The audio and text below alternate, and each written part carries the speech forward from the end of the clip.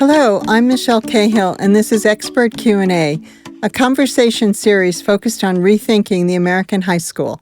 Today we're talking about school mission and culture and the challenge of articulating the shared goals and values that sit at the center of a high-performing school, where everyone understands and buys into the mission, where every feature of the design supports a productive, student-centered culture. Here in the studio today, we have with us three wonderful guests to share their insights on creating a mission-driven school. Ron Chalwison began his career teaching high school English and dance in Los Angeles. In 1993, Ron co-founded the New York City Museum School. With the nonprofit New Visions for Public Schools, he led the development of more than 80 innovative new public high schools across the city. In the past 5 years, Ron has led New Vision's expansion into the charter world, creating 7 new charter high schools that are showing early but very real success.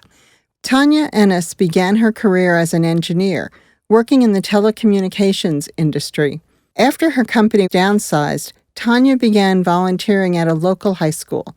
Seeing that she could make a big impact as a math teacher, Tanya decided to join Denver School of Science and Technology, or DSST, in 2005, the year after it was founded. Tanya played a big role developing the math curriculum that supports DSST's College for All mission. Today, she directs the Gold Shirt program at the University of Colorado, which provides underrepresented students access to engineering. Joellen Lynch is a national expert on school design, youth development, and accelerated learning for underprepared adolescents. In the 1980s, at Good Shepherd Services, Joellen led a path-breaking community high school that integrated youth development and rigorous instruction. She went on to district leadership in New York City, where she oversaw the creation of dozens of new high schools. Today, she is executive director of SpringPoint Partners in School Design. SpringPoint is working with teams of educators and partners through Opportunity by Design, a growing network of schools providing personalized, mastery-based learning experiences for high school students, supported by Carnegie Corporation of New York. Ron, at XQ, we believe that a school's mission is grounded in values and beliefs about what constitutes effective education.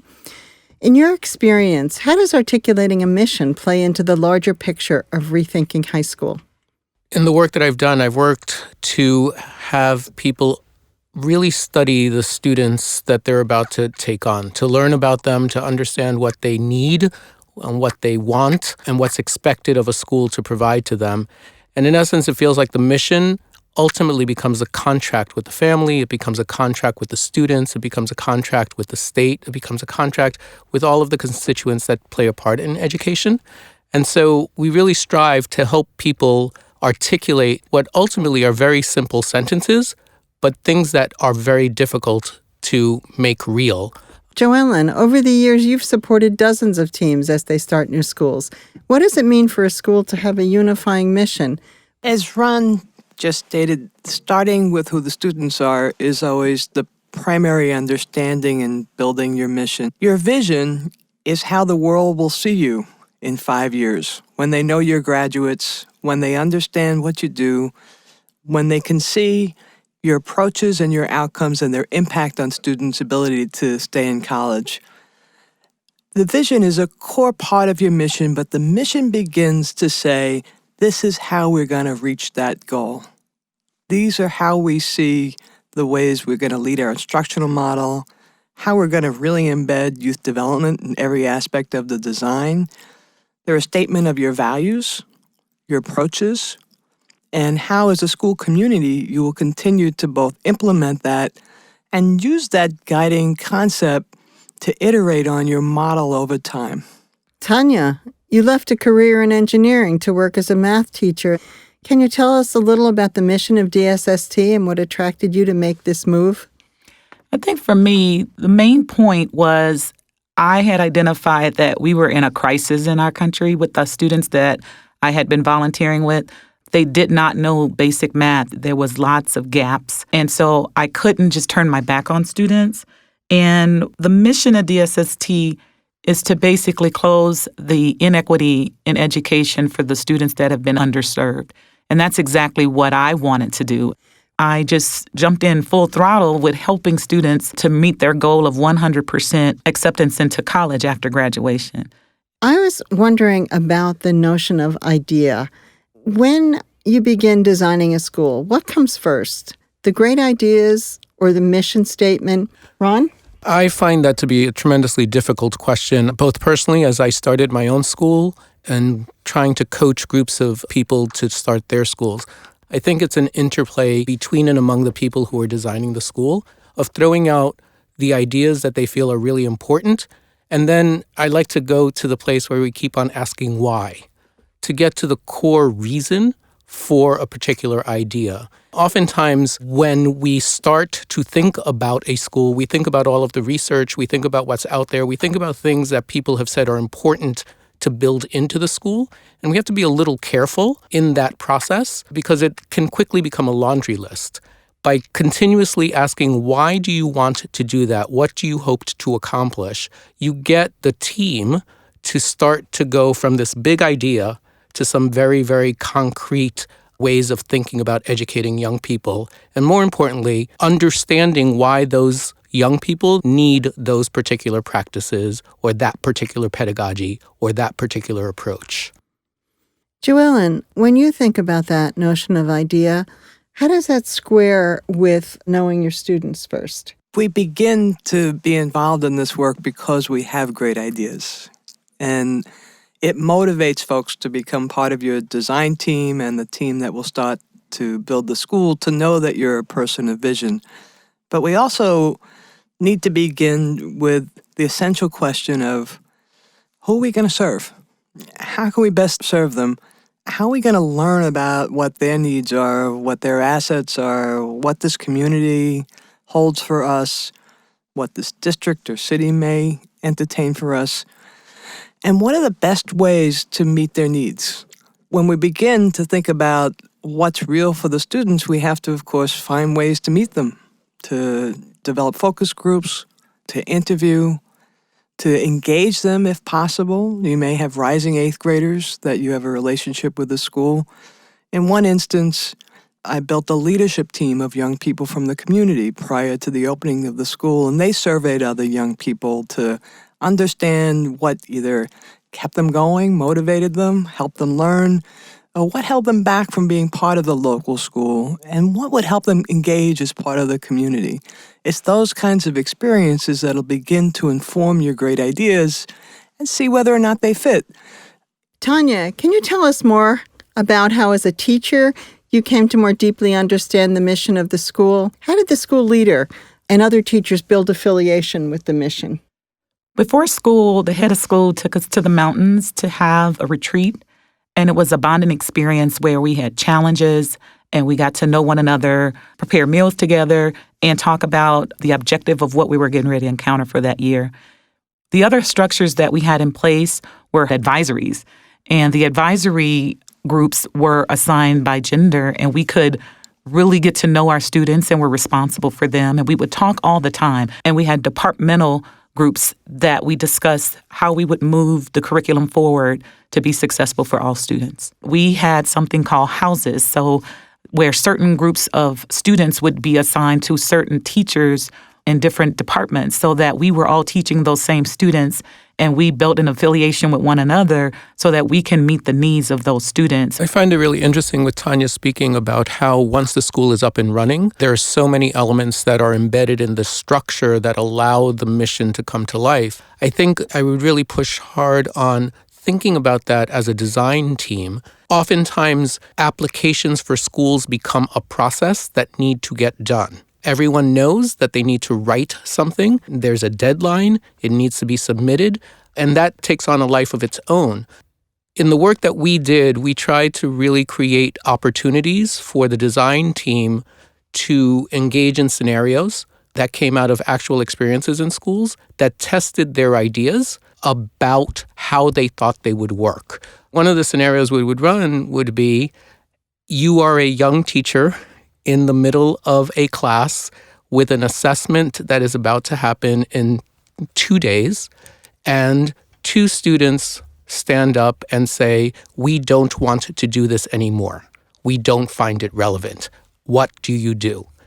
What was fascinating was to really hear the teams grapple with how they would approach that, even though there had been no tension around, we believe in youth development, we believe in student decision-making, we believe in youth voice.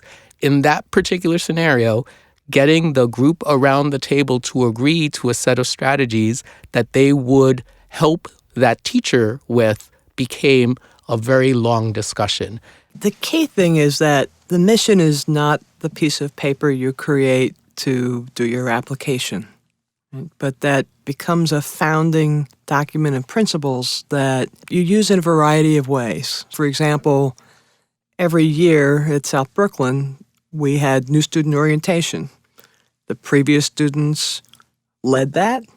They first shared the mission and the vision for the school with the new students. They discussed the implications. They played out what happens day to day and how things are handled between each other, what's expected of the staff, what's expected of the students, and how they resolve differences within the school community. It becomes a constant way to improve that school community and all the relationships within the community. Can you give a couple of examples that might tell us how somebody would use a mission to understand whether they've started making a mistake? Many schools in urban centers, high schools, may assume that students are starting high school fully skilled at the 9th grade level.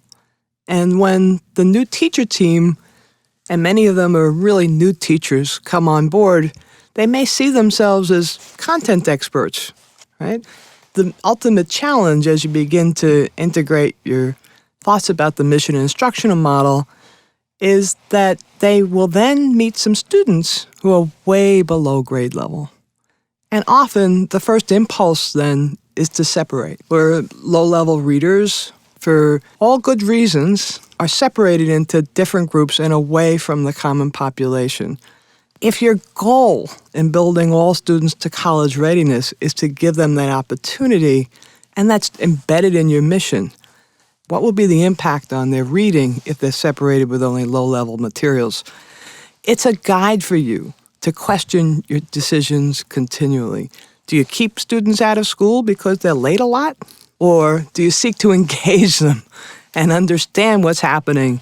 If your mission is that you are going to help young people develop the habits, the skills, the competencies to grow up into healthy adults, you're going to help them learn to do that and not lock them out at the door when they're 40 minutes late.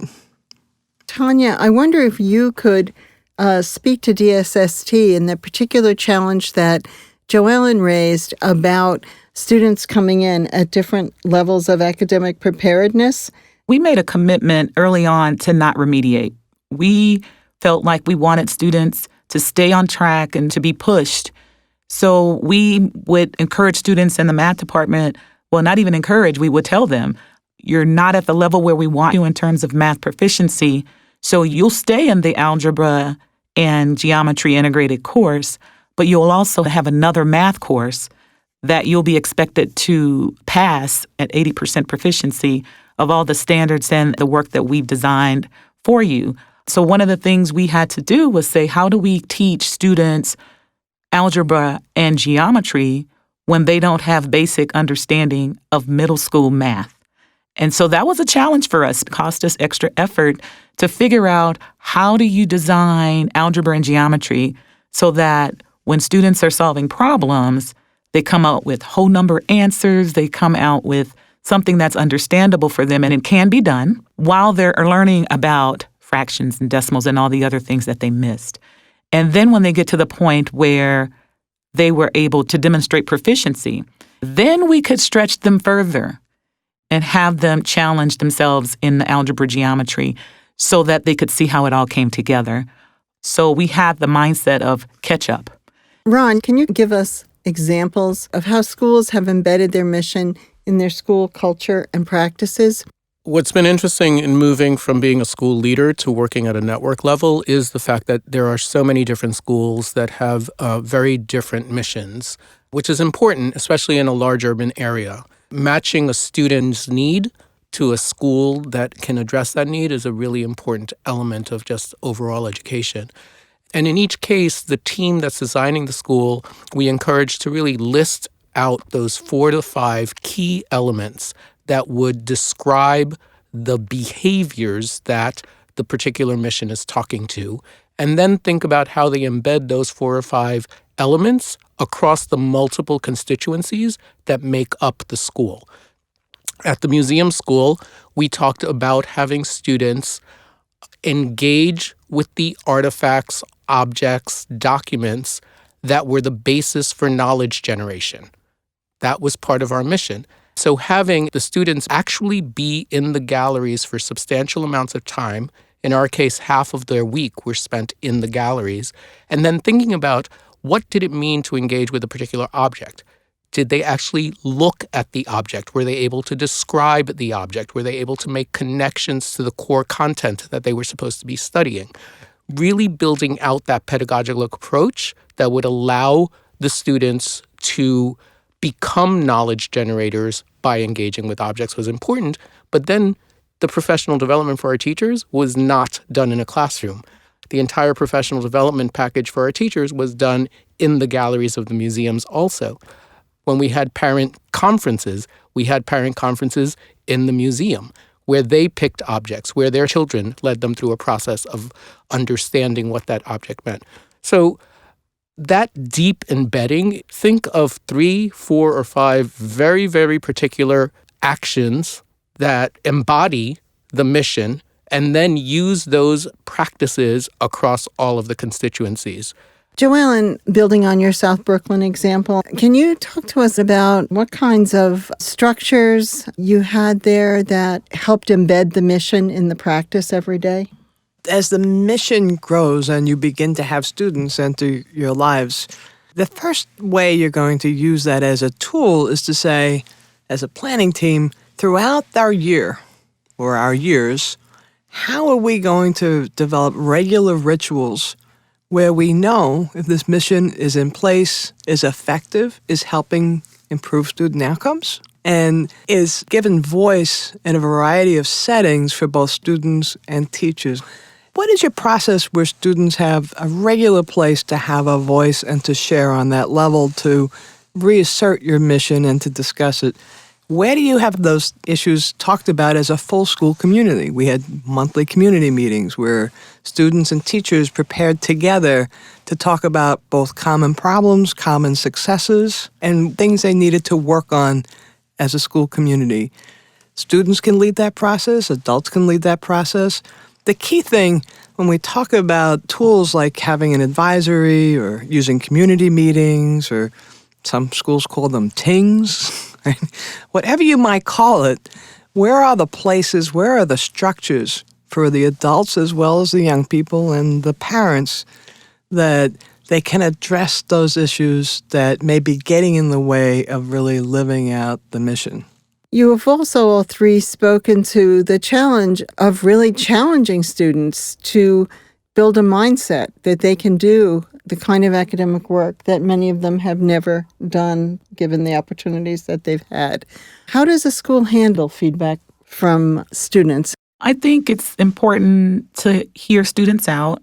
So students may be feeling a certain way about this is too difficult and why are you expecting me to do that? And then we would have an opportunity to talk about our core values. And those were curiosity, courage, respect, responsibility, doing your best, and integrity.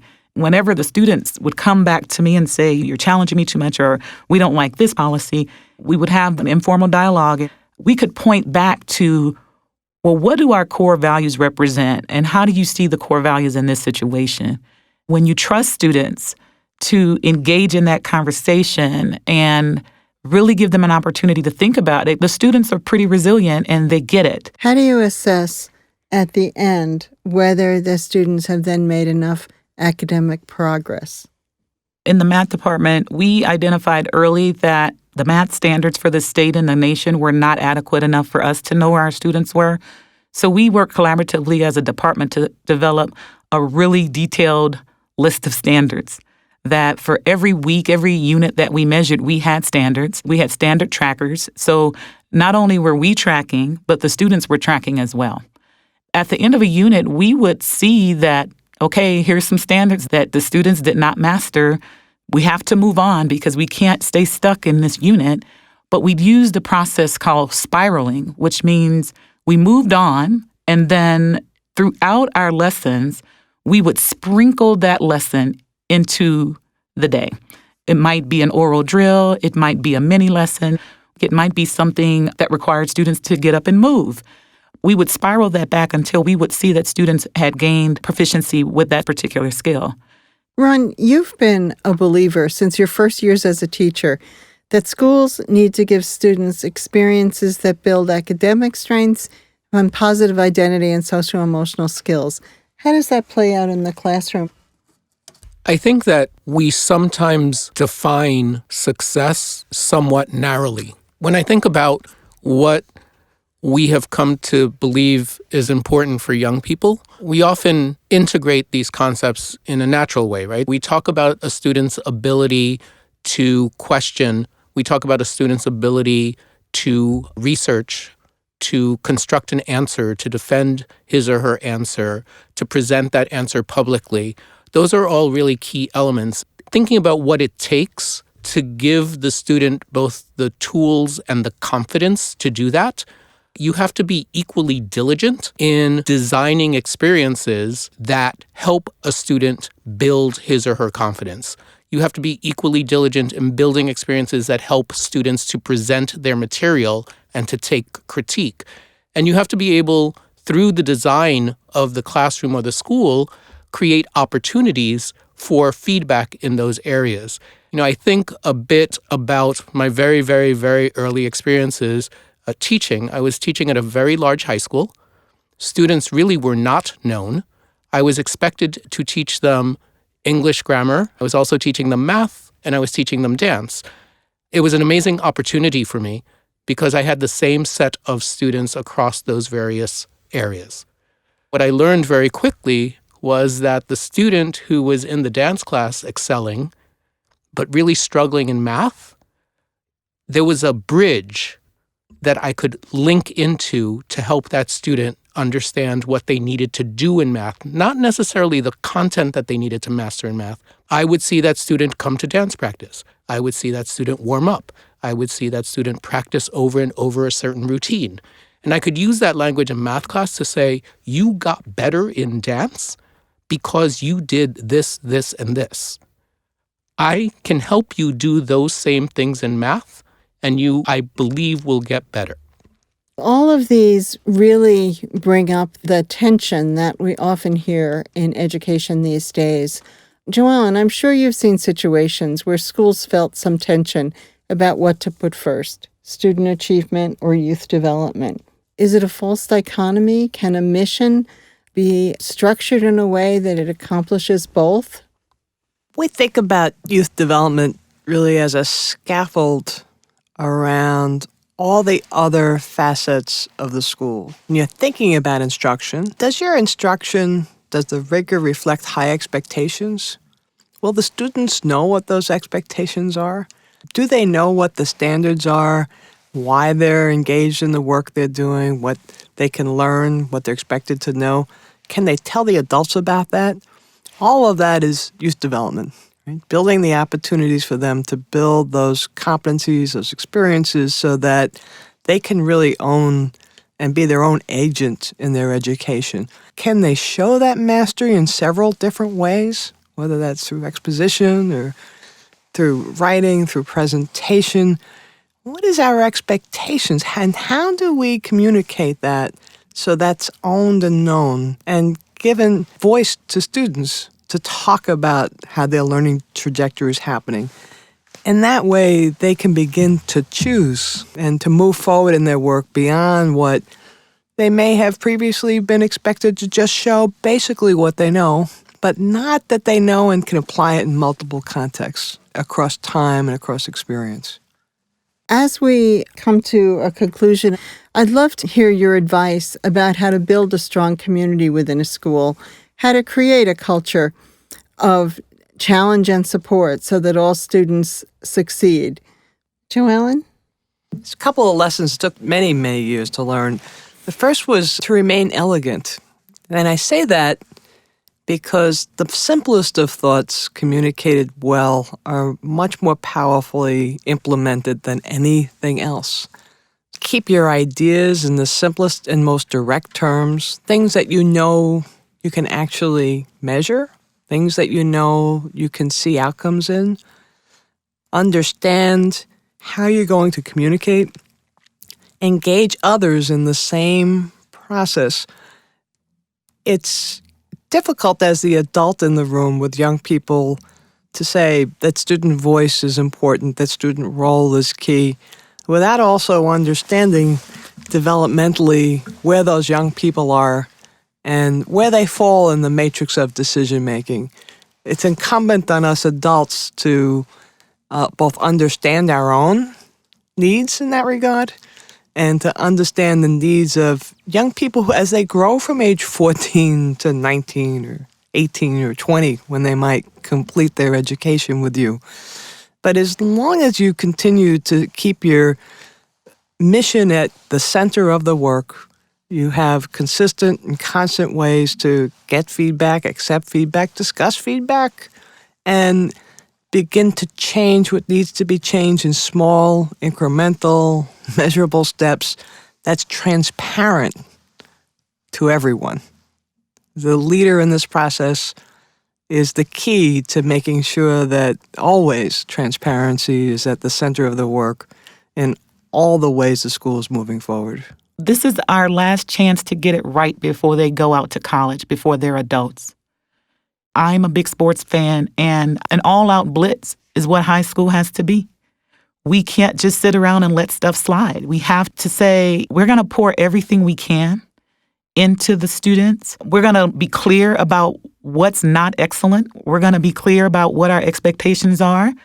If I say there's 20 homework problems and you do 18, you have not met my expectation. I think we need to be as clear as possible with what we expect, not only academically, but in terms of socially and in terms of character, as clear as we can. And I think one of the things that we can do is live that. If we are models, we see them 8 hours a day, they're watching us. What are we communicating as a teacher? If you want a school with high expectations for students, you have to have high expectations for the adults in the building as well, and hold each other accountable. Educators are professionals, and professionals constantly are looking for growth. We work with young people, and young people are the people with whom we engage in that process of growing. And if we remember that we're not doing something to students, we're working with students so that each of us, student and professional, gets better at where they are. It's a very sobering stance. And so I think about listening to students. You cannot teach if you don't listen to students, and sometimes that is one of the most difficult things to do. When a student says to you, either through action or through words, I am not understanding this, I am not engaged, it is incumbent to really hear that and not take it as a personal assault, but to say, what else can I do? How can I grow in my craft, in my profession, to help this student come? What haven't I done? When I think about the structures that are in place about improving a school, it's the student who sits in the school 8 hours a day, 7 hours a day. And so if we don't have a structure that really says to the student, we honor what you're experiencing within the context of what we have to do. I think that that's a really important clause because we do have a responsibility. We cannot just say the student feels good in our school. We have to make our decisions on the basis of, will these opportunities help the student engage in this learning activity that ultimately is going to help them meet the requirements that we as a school have taken on and have promised. With that, I'd like to thank Tanya, Joellen, and Ron for their rich insights, the practical information they've given us, and the challenge that they've given all of us to live out the kinds of values that we put into our mission statements. Thanks for tuning in to our discussion on mission and culture. We hope you found some inspiration from our experts. Visit xqsuperschool.org for more information on XQ, the Super School Project.